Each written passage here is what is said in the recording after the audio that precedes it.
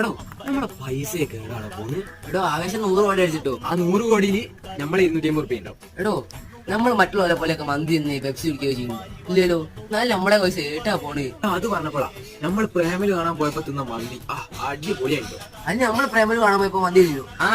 അത് കസിൻസിന്റെ ഒപ്പം പോയപ്പോൾ തിന്നതാൻ പറഞ്ഞു. അല്ല അതിന് പ്രേമല് രണ്ടാശം കണ്ടതിന് അത് പിന്നെ ഞാൻ FDS കണ്ട് മൂത്തിട്ട് ഞാൻ വേറെ പോയി ഒന്നുകൂടി കണ്ടതാ. എടാ ഈ കസിൻസിന്റെ അപ്പുറം പോയി കാണിട്ട് നമ്മള് സിനിമ കാണാൻ നിൽക്കരുതോ. ശരിയാവില്ല. എന്താ ഞാൻ മൂത്താണ്ട് എല്ലാവരും പൈസ ഞാൻ തന്നെ എടുക്കണോ. പെപ്സിന്റെ പൈസ, പോപ്കോണിന്റെ പൈസ, ടിക്കറ്റിന്റെ പൈസ ഒക്കെ ഞാൻ തന്നെ എടുക്കണം. കാശ് വെച്ച് പോയാലും എന്തേതാടോ പ്രേമലും 100 കോടി അടിച്ചില്ലേ. നമ്മൾ ഇൻട്രസ്റ്റ് കുറച്ച് വലുതായില്ലേ.